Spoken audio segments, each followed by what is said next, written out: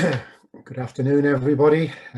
Hope if you've stuck with us, you've had a chance to get a quick sandwich or whatever takes your fancy. It's been very informative so far today, and thank you to all of the people who've presented during the course of today. We now move into the next section, which is a series of presentations by members of the BT staff on various projects that they've been working on that I'm sure are close to many of your hearts, in terms of coach education, how we can help keep you guys informed through websites and through hub systems, and what we've been doing behind the scenes to get ourselves in a really good place in terms of equality and diversity and the like. So without any further ado, I'm going to hand over to our Development Officer, James Doherty, who's just going to run through where we're up to with the coach education development. So all yours, James. Thanks, Ian. As Ian said there, just a brief introduction. I'm sure most of you know me, but for any that don't, I'm James Doherty. I'm the British Taekwondo Development Officer. Just let me share my screen, 2 seconds.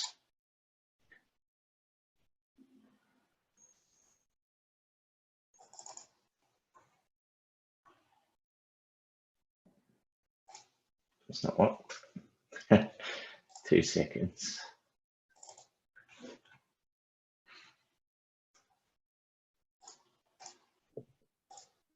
We can see your presentation there, that's it.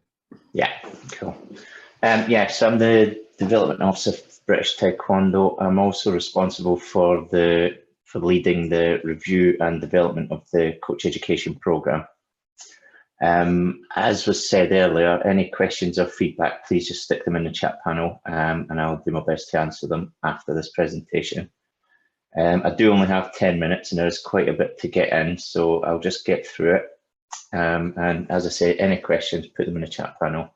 If I can't answer them on the call today, I'll do my best to get back to them. So basically, what I'm going to cover today is the coach education pathway model, our progress to date on the qualifications and how we got to this stage, the phased implementation of the minimum coaching standards for BT, and our planned timelines for delivery. So let's move to the next slide. So this is what we are calling our coach education pathway. As you can see, it starts with Educare, so the Educare online safeguarding qualification. I'm sure everybody online has already done that for Rachel. If not, you can expect to be chased up. So that is going to be a prerequisite for the level 1 assistant coach qualification, and the level 1 a prerequisite for the level 2, and the level 2 prerequisite for the level 3. So that's what the pathway looks like. And we're keeping a core of education as coach education and coach methodology through the BT pathway.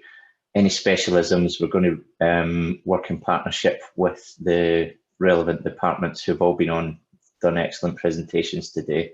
So those will be add-on modules of courses. We're focusing on a core element of club coaches, basically, for with coaching methodology as a core of the BT coach education.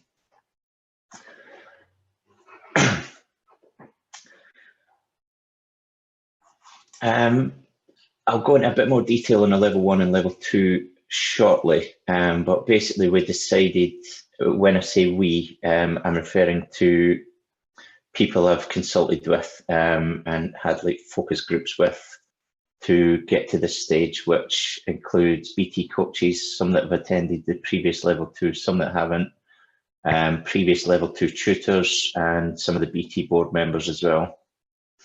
So anytime I refer to we in production of this, that's basically the people that have been involved with it. So it was decided the level 1 is an assistant coach qualification, and the level 2 is a club or lead coach qualification. As we're aware, we had a previous level 2 with no level 1 and no progression after that either. So we're basically trying to align ourselves with every other sport and use the First for Sport framework for the pathway. On to the next slide. So the level 1, this is what it looks like. I'll let you guys read through it and then I'll just go over my notes basically to accompany it. This is basically before deciding the content and the format for the level 1. We basically had to work out what a level 1 coach was. And being an assistant, it was agreed that a level 1 coach basically needs to be a competent assistant to a level 2 coach or lead coach, which would involve interpreting session plans, setting up a hall safely and adequately on behalf of the lead coach, and assisting with sessions. So due to that, it's pretty basic tasks. We didn't want it to be too difficult or too complicated. As I say, we've just stuck with the basic framework of First for Sport and loads of other sports, but also we've obviously given it a BT team that runs through it, so it's specific to our clubs and coaches. And you'll notice from this slide as well that the age is 16, which it was previously, but there was a sort of 16 to 17 junior assistant, which basically we've just done away with junior assistant and we've just got an assistant which starts at 16 years old. Another big change is the red belt is a minimum requirement. So this will give an additional bit of kudos to anyone achieving the red belt on the way to achieving the black belt. It means basically if you're 16 years old and you achieve your red belt, you can start your coach education journey with BT. So the course, as you may be able to see, does require a lead or level 2 coach to recommend you to go forward for it, to be one of their assistants. They would also be responsible for mentoring you through parts of the course, and there's a shadowing element as well. So you would complete the online part, which consists, as you can see, reading videos and online assessment. Then you would be expected to undertake a minimum of 5 hours shadowing your lead coach during sessions, and they would need to sign off on that.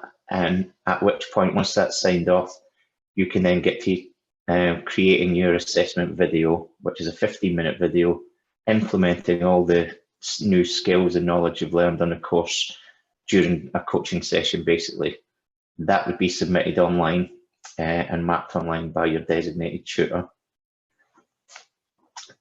As you can see, I'm sure you've noticed, we've got the level 1 completely online. So this is an e-learning course. Given who it was aimed at and why it was needed, we basically wanted to scale back on costs. We looked at the logistics and the accessibility of the course, and it was unanimously voted on that this could be a completely online course. One of the benefits of the video assessment is you're doing the sessions in your own club with your own members, and you would have multiple opportunities to get that video right before submitting it for assessment.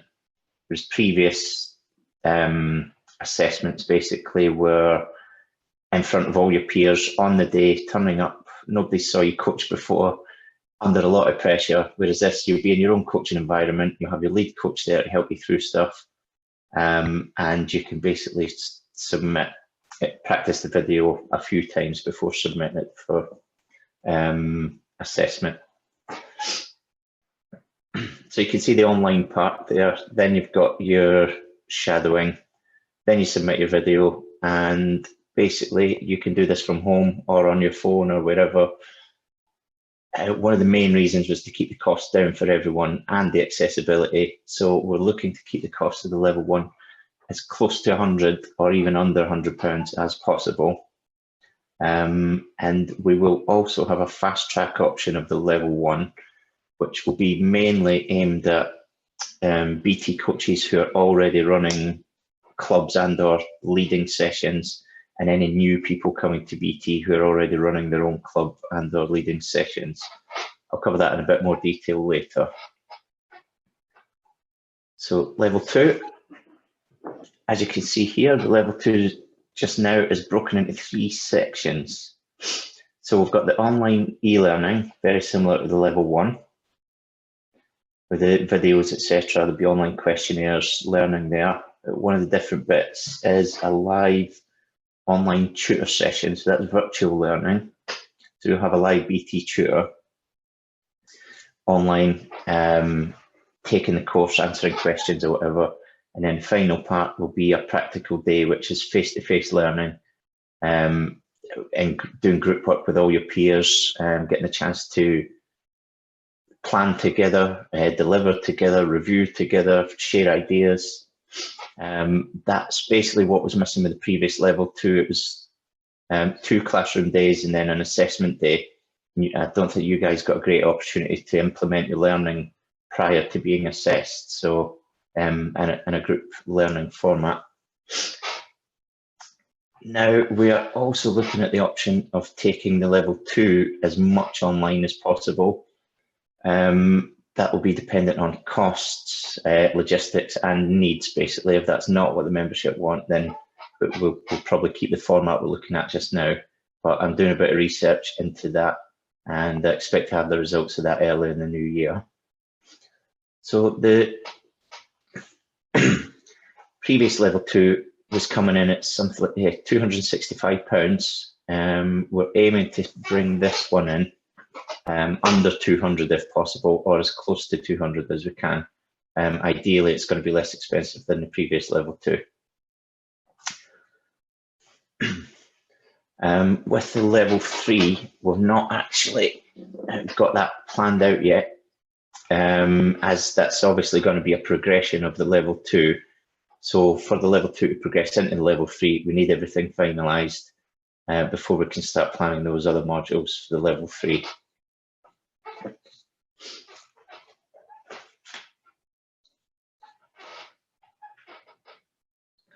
Just on to the next bit. So here are our delivery dates, or proposed delivery dates for each of the levels. So we're looking at March next year for the level 1 launch, July next year for the level 2, and then the spring of 2022 we're expecting to have the level 3 course available. So that's pretty straightforward. And then here we have the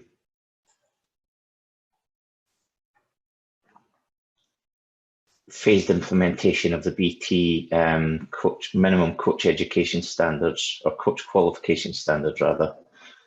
So we're looking to bring in the level 1 as a minimum requirement by January 2023. Now that date was a bit longer when it was a practical face-to-face course. If we can take this all online, there's no reason why we can't have everyone through it by 2023. And that's for current coaches. All new coaches that are assisting sessions, basically once this course is launched, before they can have their hub profile activated, they would need to go through the online level 1. Level 2, all current coaches leading sessions. As we're aware, we've got quite a number of coaches out there. It's actually over 200. You're either leading sessions or running clubs that don't have a level 2 qualification. So they will be required to get up to level 2 standard by January 2023. And I mentioned a fast track level 1. So instead of going through they're already leading sessions, basically, or running a club, they don't need a recommender and they won't have to do the 5 hours of shadowing part of the level 1. So that's why it'll be called a fast track. Those 2 bits won't be included. So they will still need to pass the level 1 online and have the video assessed, and then they'll be able to sit the level 2. So we're expecting to have all lead coaches, or coaches leading sessions rather, through that by January 2023. Any new coaches coming in, again, they've got to be level 1 qualified before we'll activate the profile so they can do the online course. And they will have 12 months from the date they join BT to get through the level 2 qualification. And there's a wee description of the fast track there at the bottom. That's everything from me. Thank you for joining me, and I hope you found that useful. Thank you, James. As you can see, there's a lot of work going on behind the scenes in this, and every time you lift the lid on one particular issue, it raises several questions in another area and yet another area. We want to get this right, we've been talking to a lot of people over the last couple of, well, since for the last year, and we are still going to do more consultation before we launch it. But if you've got any questions, please chuck them on the chat, and James will work through these when he gets off this particular section. So thank you, James. I'm going to quickly move on. Let me just check the schedule. Equality and diversity. So let me find, I'll just stop you being the co-host, James, and let me just find Rachel.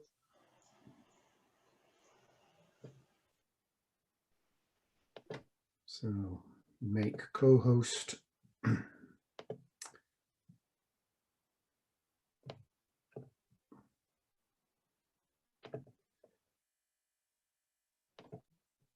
So with any luck, Rachel is now there and able to share her presentation. So I'll hand over to Rachel, who's our safeguarding officer. Over to you, Rachel. Afternoon, everyone. I'm Rachel Smith, and I joined BT in February 2020. And COVID aside, it's such an exciting time to have joined at the start of this very exciting journey. Most of you will probably have heard from me in relation to all the work going on around making sure we're all up to date with our safeguarding training. But today I want to talk to you about a different project that I'm working on, which is equality, diversity and inclusion. If you've got any questions throughout the presentation, please, as we've been saying throughout the day, pop them in the chat box and we'll reply to them later. So you'll recall from this 10-year strategy presentation that we're really looking to make sure Taekwondo is accessible to all and that there is a pathway for everyone. And to that end, we really need to work hard on how proactive we are with regards to equality, diversity and inclusion. So the Equality Standards Framework was launched by the UK Sports Councils in November 2004 to help address the inequalities that exist within the sports sector. The standard is basically a vehicle for widening access and participation and involvement in sport by underrepresented individuals, groups and committees. There are 4 stages to the standard: foundation, preliminary, intermediate and advanced. And in 2016, British Taekwondo achieved foundation level, which basically meant we had a policy, we demonstrated commitment to equality, and we were aware of our profile against the protected characteristics for our board and core staff. Moving on to 2020, and we're still at foundation level. We have over 10,000 members and no tracking to speak of against the protected characteristics. If I do an export from our membership hub, I'm able to just give you a general outline of the statistics for gender participation, which is basically around 37% females, 63% male. But unfortunately, and probably in fairness just for ease of completing membership details on the hub, we have high levels identifying as prefer not to say against the other characteristics that are available on the hub, which is religion and ethnicity. That really hinders us with our ability to unpick where we might have concerns or underrepresentation. So I'm picking this up with Sport England to move BT towards achieving the preliminary level. The difference at this level is about making sure that we know what our organisation looks like beyond the core staff and the board. So it does extend to the membership, and we can then start to identify and implement actions which will address some of the areas for improvement in provision and thinking. So it includes going out and researching the demographic of our broader membership, creating an equality action plan based on those findings, and highlighting what programmes of training, support and awareness raising we need to establish. We've started this ball rolling by collecting the data for our new staff and our new board members so that we've got the core staff and board details, revisiting our equality and diversity policy, and appointing an equality representative on the board. And I'd like to thank Gemma for stepping up for that. So thank you, Gemma. Our next step is to work on understanding our membership. And to that end, we have developed an equality and diversity questionnaire for completion by everyone. And we'll be rolling that out to coaches and the membership over the next week. The data provided will then give us the baseline data so that we can analyse and present it and develop our action plan to rectify any areas of underrepresentation determined from that. That will hopefully provide us with a programme of training that could increase our participation and our membership. The aim is to have all that in place by February 2021 and achieve the standard. So just to summarise why we need to do all this, I know there's a lot of text on that screen. So in summary, we want our board members to have appropriate diversity to lead us forwards with effective decision making. We want all staff to have the same access to training and opportunities. We want to understand who is attracted to becoming a coach for BT and see if we need to develop any other accessible pathways to encourage more people to move into this direction. And we need to understand our current membership so we can develop appropriate programmes to encourage participation. It seems like a quite straightforward idea, hopefully. How you can help. Please, when I send you the questionnaire, please complete it. It's really, really important that we get as many responses as possible. The responses will be kept in line with GDPR. They will not be available to anybody else, and we will not be singling or targeting anybody with their details. Please advise your members that we'll be sending out the questionnaire to them and why we're doing it. And if they've got any queries, to put them in touch with myself.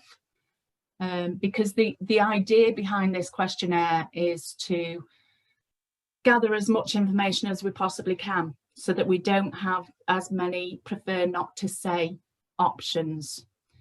And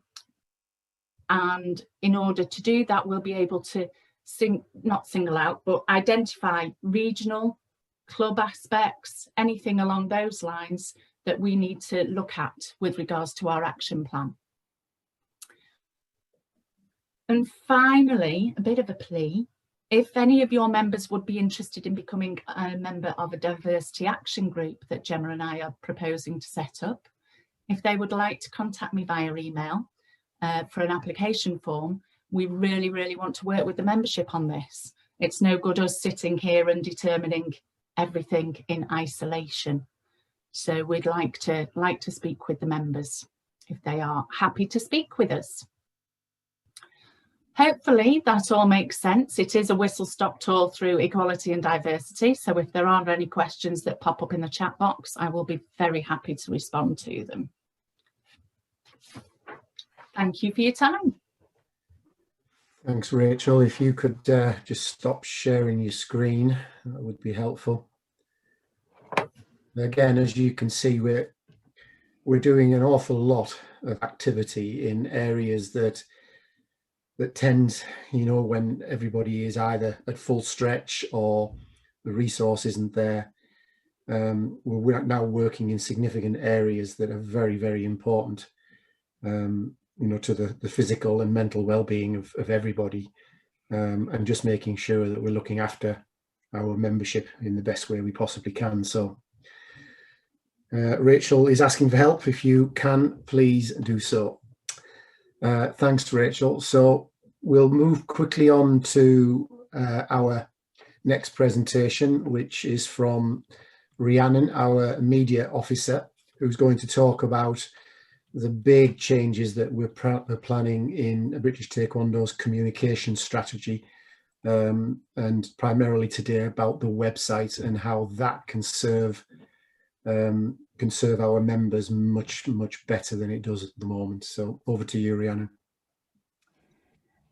Hi everybody. For those who don't know me, my name's Rhiannon, and as Ian said, I've been working on the new website. So a lot of you may have noticed that our website does run quite slowly at the moment. It's quite outdated and it is quite limited. So we decided that in order to benefit our members and any potential members, that we would start fresh, come up with a new design, come up with some new page content, and this allowed us to look at what was missing on our website currently and enabled us to add some functions which I will touch on later. So I thought I'd start off by briefly outlining the journey so far. Work on this project actually began a year ago, and those in the AGM last year will remember my last presentation. There I shared the initial design and asked for feedback on a number of areas. From here, I've researched and spoken to a number of other national governing bodies. I've tried to involve as many coaches as possible throughout the various stages as well, just to get your input. A lot of you on this call have probably been involved at some stage throughout the year as well. So we're now at the final stages of this project. We're writing the actual page content now, finding the images, and we are hopefully going to start user testing in January. If you'd like to get involved in user testing, please do let me know. Just drop me an email, media@britishtaekwondo.org. I'll leave a comment in this chat. It would be great to have people who are actually interested in this area. Otherwise, I am just going to be choosing some of you guys at random. If any of you also have any high quality images that we could use on the website, just if you've ever had any photographers in at training or competitions and you wouldn't mind sharing your images with us, again, please let me know. It'd be great to use them. And yeah, we're hoping to launch this in early 2021. So now that we've covered the boring part, I thought you might be interested in actually seeing some of the design. Please bear in mind that the slides that I'm about to show you have been made by myself on PowerPoint, so they're not the professional finished product. So this is the top section of the homepage. So following discussions and feedback sessions, we decided to split Taekwondo into 3 disciplines, as you'll see on the drop-down menu bar at the top. We split this up into martial art, Poomsae, and Olympic sport. We hope that through doing this, we can provide a better user experience. We know that some clubs might only train in one discipline or 2 of the disciplines. And also we're aware that some people who are new to Taekwondo might only be interested in 1 or 2 of the disciplines. So we basically just tried to cater for everybody here and also make it really clear that there are 3 different disciplines in Taekwondo, because I don't think that is obvious at the moment in the slightest on our current website. And then on the left hand side, we've just got 3 boxes with links to some of the key pages, and then middle to right hand side is just the banner, just to show the news articles that we will put out. And then as you scroll down the page, we've added a Discover Taekwondo section. So for those who are completely new to Taekwondo and might not really know what they're looking for on the website, we've just added this as a bit of a visual representation for them. We're planning on adding a feature to this so that if somebody hovers over, say, martial art, then they will see a brief description about the martial art. And then if they then click on that page, they will see the full page information about the martial art. And then under that, we just have some scrolling boxes to advertise different pages on our website. They're just an example of some that we might have. Not sure exactly what we'll have yet. And then finally, at the bottom of the homepage, we've added a Begin Your Journey section. Again, this is just kind of visually to make it a bit easier to use. If anybody comes on the website knows they're interested in volunteering but doesn't necessarily know that the 3 disciplines even mean Taekwondo, they can click on volunteer, and then they will get a bit of a brief description of the 3 disciplines, and then they can click on which, so I don't know, martial arts, say, if they're interested in volunteering at any martial art events. And then at the bottom, we will just have tags to our social media pages.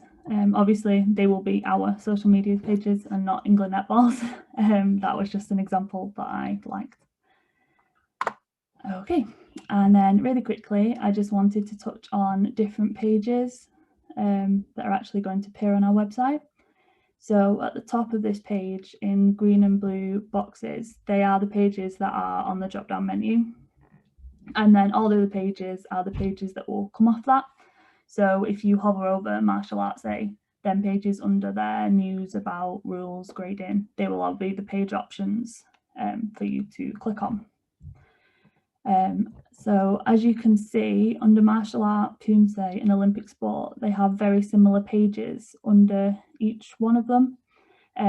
So we've done this just so that it's easy to use, and obviously people need to know information about all 3 disciplines. So yeah, that's why that's like that. And then just the main thing I wanted to touch on here was that, as you will see, each discipline has their own event calendar and also club finder. So our plan here is to filter the events calendar so that if somebody clicks on the events calendar under, say, Olympic sport, they'll be taken to the event calendar and it will only show the Olympic sport events. There will then be a filter on the side so that you can change that. So if you want to see the Poomsae events as well, or if you want to see all 3, you can do that too. The plan is to do something very similar with the club finder. We won't be able to do this straight away, but that will happen once we've updated the membership system as well, which Emily will talk about next. So finally, I just wanted to give you a quick look at the club portal as well. So the club portal is something brand new. We want this to be accessible for British Taekwondo coaches only, and this will be entered in via a login. You'll get to this from looking at, if you look at the top right hand side of the page, you'll click on Club Portal and it will take you to the login. We wanted this to be exclusive to our coaches so that we could include a more in-depth area of content, and it will be a benefit for BT coaches as well. So we've decided to split this up into 3 sections: club structure and business, coaching, and Taekwondo technical. There'll be a little section at the top to basically explain the portal. So if you click on this, it will just tell you kind of how this is going to work, where to look for certain content, just to kind of make the user experience easier if you're unsure. And then under that, we'll just have a section to show you the new uploads and any documents or pages that we really recommend you reading at the time. And then further down the page, we will have a sliding banner of success stories. So we thought it would be nice to share things that clubs are doing well, so that we can help inspire others. Obviously, the pages there are completely made up. I just wanted to give you an example of the kind of things that we will show. And then at the bottom of the page, we'll just have 3 boxes explaining the different sections on the website, and giving some examples of the content that you can find there. We are still open to a few changes here and there here, so if you do have any ideas, please let us know. Just drop me an email and we can have a talk about that. So I just wanted to finish by saying thank you to all the coaches who have been involved in this project so far. You've all been a huge help, so really thank you for that. And thank you for listening today. I hope you found some of that interesting. Any questions, just put them in the chat. Thank you. Thanks, Rhiannon. If you could stop sharing your presentation, that would be helpful. Thank you.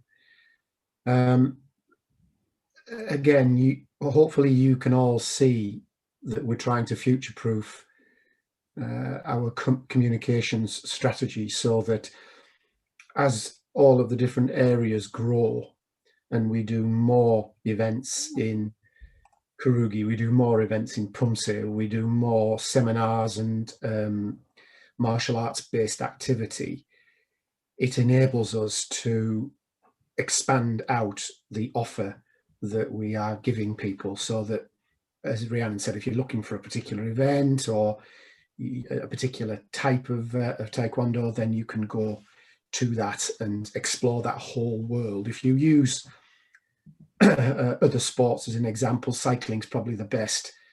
You know, they have a whole world of downhill and a following of people. There are world championships in that, and it's a whole family of people that are only interested in that one thing. Similar with track or road cycling or the rest of it. So this is not about separating out Taekwondo, because we've consulted quite a lot on this, and once people understand that it's about offering more choice and offering future-proofing what we do, to be able to provide more content and to be able to segment so that you can, like any good website, you can find what it is you're interested in with as fewer clicks as possible. So that's what this is about. So hopefully, if you've got, you know, that's we're on the right track here. That's been a year in the making. Please give feedback either here in the chat or contact Rhiannon directly, and we'd love to hear from you. So our last presentation now is from Emily, and with any luck, Emily, you are there and can share your screen. So over to you.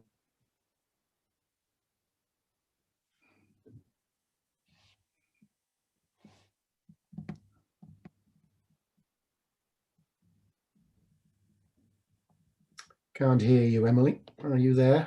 No.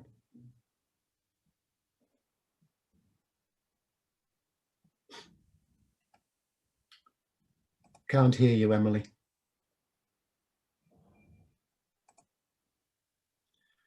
We were doing oh so well, weren't we there? We got through the entire day without any issues. Good old headset, eh, Emily?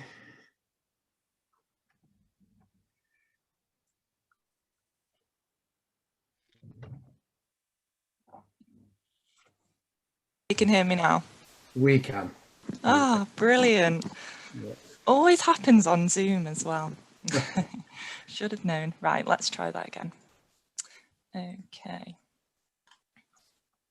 Okay, so Brill. So just to reiterate what the others have said, if you've got any questions whatsoever throughout this presentation, then please put them in the chat and I'll get back to you after. So yeah, hi everyone. Hopefully I've spoken to nearly all of you by now, but if I haven't, I'm Emily. I'm the Membership Services Officer for BT. So you can come to me with any membership, disclosure, GALGOL questions really. So today I'm going to go through our membership plans for 2021 and the work that I've been doing on the membership services platform. So just briefly, I think it's fair to say that we've all had moments like these pictures. I know I have. And if you haven't, then I'm very jealous. But on a serious note, I think it's important for me to say here that we hear you.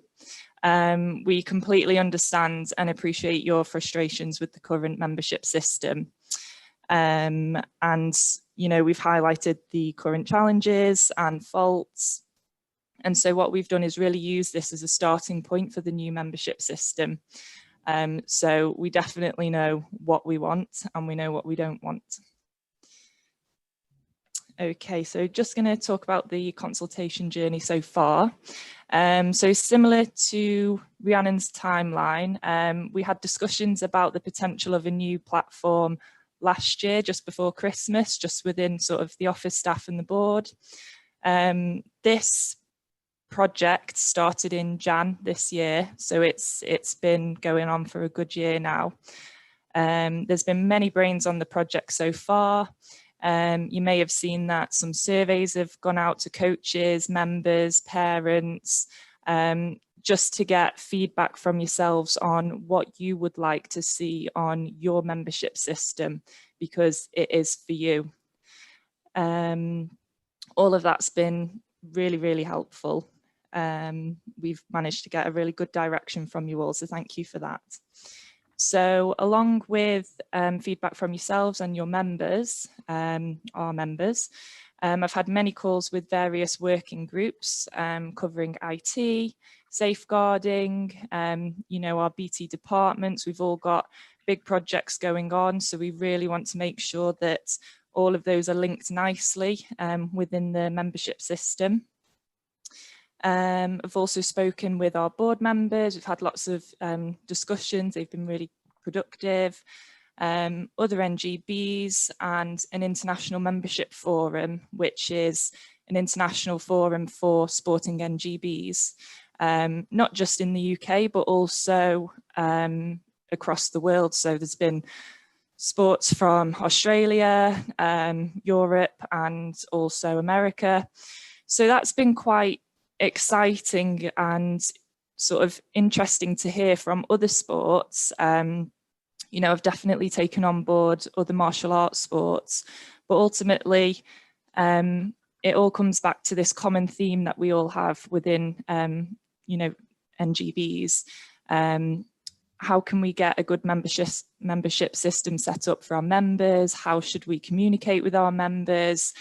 So it's been really good to work with other NGBs and sort of swap ideas on these types of things. I've also been working with Sport England with a company called 7 League. So they help organisations and businesses understand digital opportunities and risks, strategies, tactics. So they've been really, really helpful with the overall journey and process so far. Like I said at the start, you know, big thank you to you guys, the coaches, and also our members. But I'd also like to say a specific thanks to Simon Johnson and Phil Payne. They've been extremely, well, their input's been extremely important throughout the whole journey of this project so far. Their patience with me as well, it's been brilliant, so I can't thank them enough for that. Okay, so moving on, what we aim to achieve. We're really confident that we understand the full functionality required, and we've got scoping documents ready for tender process. The key modules that we're really focusing on are simple and efficient membership and payment processes. So this is just ensuring that the user journey is easy and simple to use. I know at the moment some aspects are a little difficult to understand, so we really want to make that nice and simple. We also want to diversify our excuse me, our tiered membership. So we really want to make sure that we cater for everyone. We provide great benefits for you all for staying with us year after year, and also to entice new members to really help grow our sport and make sure that we're the most talked about martial art. More communications. So we also want to be able to send out a lot more communications, you know, newsletters, emails about events, news, upcoming courses, just a general what's going on. We want all of that to be in a more quick and efficient way. Qualification storage platform. We want this to be sort of a portfolio for all of you coaches out there, where you can really showcase all of your qualifications and achievements. You know, we're doing all of the safeguarding courses, or with all of the level 1, level 2 qualifications that will be happening. We just really want you to feel like you've got this amazing portfolio where you can go to and just really showcase all of your brilliant achievements and qualifications that you've had throughout your years with Taekwondo. Lastly, the biggie, an event sign up and management module. So we really want to streamline the event process.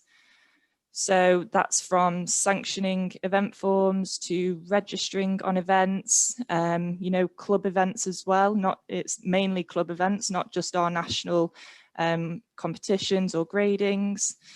You know, to payments, auditing. We want all of that to sit in one place and it's really taken care of, rather than you all having to send emails to different email addresses. So our next step forwards, myself and the IT working group have had calls with lots of developers. We've managed to narrow these down into 3 chosen developers. So we're currently finalising details and quotes from them. I hope to have all of that information sort of boxed off before the Christmas break this year. What we'll then do is myself and Simon, possibly with the IT working group, will be to review this again in January to make sure that our chosen developer really meets our criteria. You know, they do what we want the platform to do, not a, oh yeah, we can do this, but you know, we can't do this bit. It's not going to happen. We want all of the modules to be on this system. So hopefully have that reviewed in Jan, and then sort of February, March time, have approval from the board, and then we can just get started with the implementation process really. So roughly it can take about 3 to 6 months. It might take a little bit quicker, it might take a little bit longer, but roughly that's the average sort of timeline for implementing a brand new system. So yeah, obviously testing, that's very, very important. That will happen this time, I can promise you that. So I know I've spoken to a few people and they're happy to do some testing once we've got a system in place before it goes live. So if any clubs, you know, want to help with the testing, that'd be brilliant. You know, get your members in there to try and break the system if we can, just to make sure everything is working as it should be. You know, that'd be brilliant. Just send me an email. So yeah, it's really exciting, and you know, hopefully this time next year we will be in a completely different place, a more positive position with the membership system, and yeah, we'll be able to use it as it should be, as it's intended for. So thank you all so much for your time. Apologies for the mishap at the beginning. But any questions, please put them in the chat and I'll get back to you as soon as. So cheers, Ian. Thank you, Emily. If you could just stop your sharing there, that's brilliant. So hopefully, again, this has been a big issue for everybody. Looking at some of the faces on this call, we can all remember what happened in, what was it, 2016, 2017, when the last hub system was launched, and I can see some very interesting smirks and smiles in the on the screens, which is why Emily smiled a little bit and wrote the word test 3 times. We're not going to go through that again.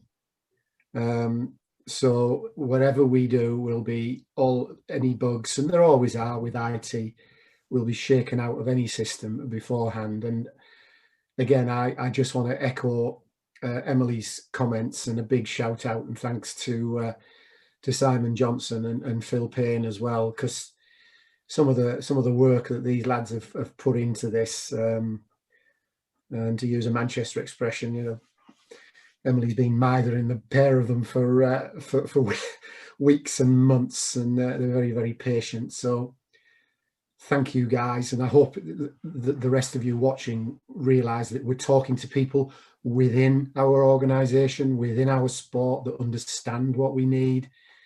We've all lived through that experience, so thank you for that, Emily. I hope all of you from the last sort of hour of 3/4 an hour of presentations have got a flavour of what we're doing. one of the biggest criticisms that the board and memberships make sometimes is that we don't communicate enough. And that's a very fair point, and it's something that we need to build capacity in what we do to be able for us to do that. But I hope, you know, today so far has given you a real sense of change, because I'm very conscious. I stood up at last year's AGM and we said, this is what we'll look at, this is what we'll do, this is where, and a lot of these plates are now spinning, not as quickly as we would have hoped.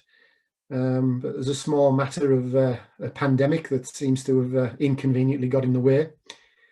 But, you know, we are trying, we're all pushing, we are consulting. And if you can help us on that journey, then please do. We'll take a quick pause now for 10 minutes and we'll come back at 13:45. Please join us if you can. We've got Phil Payne and his colleague Gordon, who are going to talk extensively about club marketing, member retention, and you know, how we get people to engage with us as we all emerge from COVID in the new year properly, and you know, with a vaccine on the horizon. So please stick with us. We've got a quick 10 minutes toilet break and a coffee, and come back and listen to Phil and Gordon, because it'll be really interesting, I guarantee it.